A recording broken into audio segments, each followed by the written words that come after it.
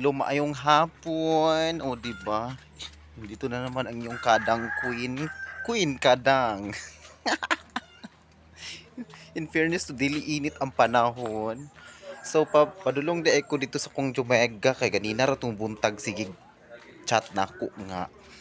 Panaugon ko. Nya, unsa nang orasa ron. O, alas 3 na, no? Kay kuan lagi. Nalibog na kuan asa ko paingon kay ang mga bayot po nagkontak po sa kuha kay nangaligog dagat. Unya ang isa po ako ka Jumega. Dugay ra ni sige pug chat sa kuha dayon kinahanglan adtuon gyud nako kay basi magmahay na po dinuon ni akong Jumega. No? Kay naa sila'y giluto nga say tawag ano kanang balbakwa nga kabaw, di ba? So laban lang kita anak Jumega. Akong adtuon kay lami ba ni mo luto ni akong Jumega lentoy no.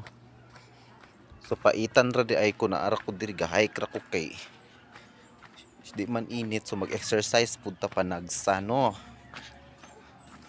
Dali ra kaayo ko nakaabot diri sa ubos no so mag-shortcut ta diri sa may tulay no kay actually gipasakay naka-hits ko kay gipasakay ko sa kong agaw nga ko an habal-habal driver no sa kong Kuya John Real. Di ba? So tuon ako akong Jumega kay dugay-dugay na jud ko. Sige lang nako ni siya og kanang saaran nga mulaag den perminti na ko siya mapaasa no.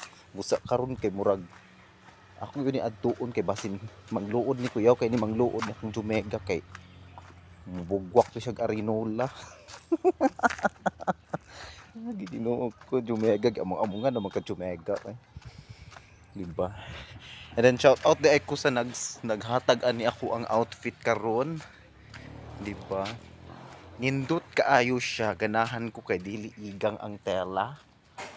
No, salamat kaayo sa ako ang silingan. So puro ra gyud ta ani hinabang no.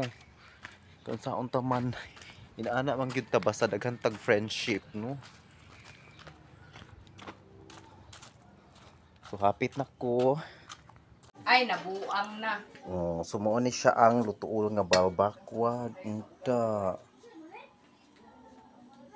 Katuning kabaw nga gi-vlog niya kagahapon no. Oo. Lagi naglantaw man ko. Pagkansa diri Oh, sumuo to siya ang lutuon no na balbakwa by Amega, Jumega, lami na siya muluto. Dili man lagot ta. Tawaga siya gigang. Sige. Siya no?